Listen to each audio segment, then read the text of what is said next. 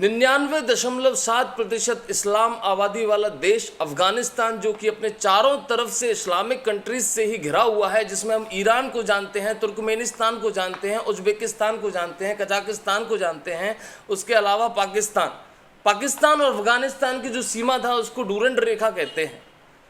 अगर हम अफगानिस्तान के आज के हालातों को जानना चाहते हैं कि ये हालात बने कैसे, तो हमें ईसा के जन्म के 1800 साल पहले जाना पड़ेगा, जब इस क्षेत्र में आर्यों का आगमन हुआ, वैदिक कल्चर, और ये हिंदू क्षेत्र हुआ करता था।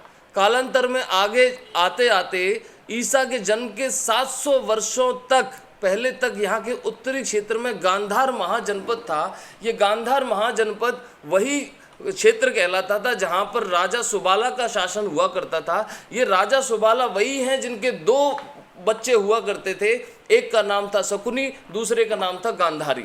गांधारी के हस्तिनापुर जाने के बाद इस साम्राज्य को शकुनी ने ही संभाला था।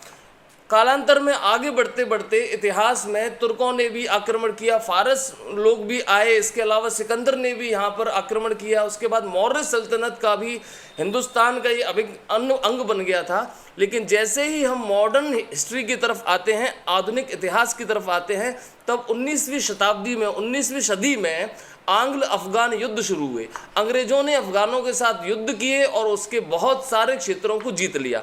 अंत में 1919 में अफगानिस्तान पूरी तरीके से विदेशी ताकतों से मुक्त हो पाया था। 1919 या इसके थोड़े से आगे 1933 से लेकर 1973 तक का वर्ष अफगानिस्तान में शांति स्थापित करने वाला काल कहलाता है।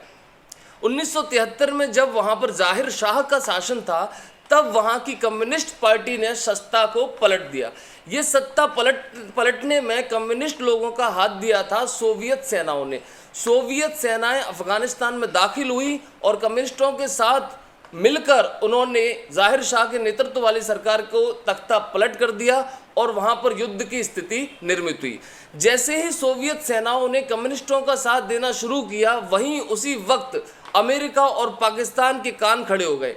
अमेरिका और पाकिस्तान ने इन कम्युनिस्टों को हराने के लिए वापस मुजाहिदीन यानी कि तालिबानों को साथ दिया, उनको हथियार सप्लाई दिए, उनको पैसे मुहैया कराए। इसका मतलब ये जो तालिबान है यानी कि जो मुजाहिदीन है, उसकी जड़ अमेरिका और पाकिस्तान से जुड़ी हुई है, क्योंकि उस दौर में अमेरिका और पाकिस्तान चाहते थे कि तालिबान ही अफगानिस्तान की सत्ता संभाले, और हुआ भी ऐसा ही। अमेरिका और पाकिस्तान के सहयोग से सोवियत सेनाओं को अफगानिस्तान छोड़कर जाना पड़ा और अफगानिस्तान में पुनः लोकतांत्रिक सरकार की स्थापना हुई। लेकिन एक साल आया 2001 और एक तारीख आई 11 सितंबर 2001, जिसने सब कुछ बदल के रख दिया।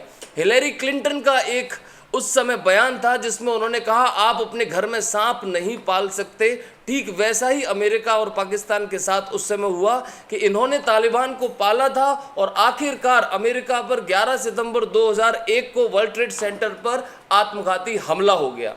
और इस हमले में जैसे ही जांच शुरू हुई तो पता चला इस हमले के तार सीधे तालिबान से जुड़े हुए हैं, मुजाहिदीनों से जुड़े हुए हैं, अलकायदा को जिन्होंने पनाह दी थी।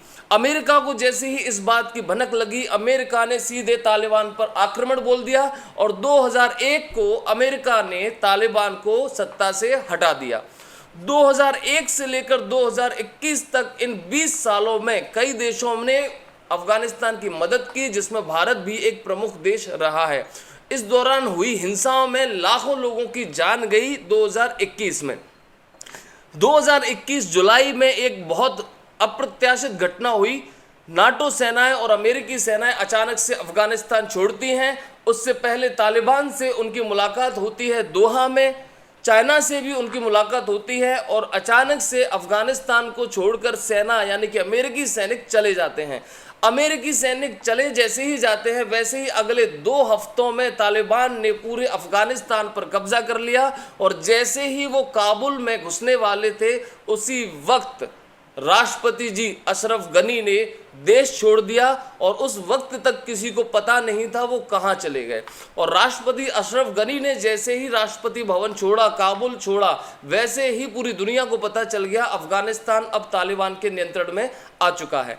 उसके कुछ दिनों बाद राष्ट्रपति अशरफ गनी ने एक वीडियो जारी करके बताया कि वो यूएई में हैं। इसके पहले यूएई गवर्नमेंट ने ट्विटर के माध्यम से बताया कि हमने राष्ट्रपति अशरफ गनी को अपने यहाँ पर पनाह दी है। ढेरों इल्ज़ाम राष्ट्रपति अशरफ गनी पर अब तक लग चुके थे, जिनमें एक बहुत प्रमुख इल्ज़ाम लग रहा था कि वो बहुत सारा कैश, लगभग 88 करोड़ डॉलर, 80 करोड़ डॉलर अपने साथ लेकर भाग गए, अपने परिवार के साथ लेकर भाग गए। लेकिन वीडियो के ज़रिए उन्होंने लोगों को ये बताया कि उनके भागने के पीछे का कारण क्या था। उनके मुताबिक वो अपने स्लीपर्स में, चप्पलों में बाहर टहल रहे थे। अचानक से उनके अंगरक्षक आए और उन्होंने बोला कि आपको इसी वक्त, इसी क्षण ये देश छोड़ना पड़ेगा, आपकी जान को खतरा है। उस वक्त तक अशरफ गनी के मुताबिक उन्होंने अपना पर्सनल लैपटॉप भी नहीं उठा पाया था, जिसमें बहुत अहम और खुफिया जानकारी थी। उनके मुताबिक उनका लैपटॉप अभी भी उनके ऑफिस में रखा हुआ होगा और वो भागे नहीं हैं। उनके मुताबिक उनका कहना था कि उनकी प्रायोजित मर्डर करना चाहता था और उसके पीछे कुछ बाहरी ताकतें भी हैं, और अंदर के विद्रोही भी हैं। अगर मैं मारा जाता तो इसका खुलासा कभी नहीं हो पाता, मेरी मौत के साथ ये सब समाप्त हो जाता, इसलिए मैं चाहता था कि मैं जिंदा रहूं और पूरी दुनिया को बताऊं। और उन्होंने ये भी कहा, मैं पूरी साक्ष्यों के साथ मैं सारी बातें दुनिया के सामने रखूंगा और मैं ज़रूर अफ़गानिस्तान वापस आऊँगा, क्योंकि इससे पहले 2 बार ऐसा 2 राष्ट्रपति कर चुके हैं। तो ये अशरफ गनी का कहना था, लेकिन ताज़ा वर्तमान हकीकत ये है कि अफ़गानिस्तान अभी ईश्वर अल्लाह के हवाले है। वहाँ के हालात मीडिया के माध्यम से जो पता चल रहे हैं वो अच्छे नहीं हैं, क्योंकि हमने कुछ ऐसे वायरल वीडियोस भी देखे हैं जहां पर लोग एरोप्लेन में लटक कर जा रहे हैं और उनकी एरोप्लेन से गिरकर मौत हुई है। हमने ऐसे वायरल वीडियोस भी देखे हैं कि अफ़गानिस्तान के स्वतंत्रता दिवस के दिन, 19 अगस्त के दिन, एक नौजवान ने झंडा फहराया तो उसको गोली मार दी गई। तो आज के हालात बहुत चिंताजनक हैं, जैसे मीडिया रिपोर्ट्स बताती हैं, और अफ़गानिस्तान की ये दुर्दशा इसी खूनी इतिहास के कारण हुई। और एक इकलौता ऐसा देश है जिसने सदियों से ये प्रताड़ना सही है, जिसके आम नागरिकों का बहुत खून बहा है, जहां अरबों रुपए खर्च हुआ है, जहां सेनाओं का भी खून हुआ है। तो ये अफ़गानिस्तान की छोटी सी दास्तां। Thank you.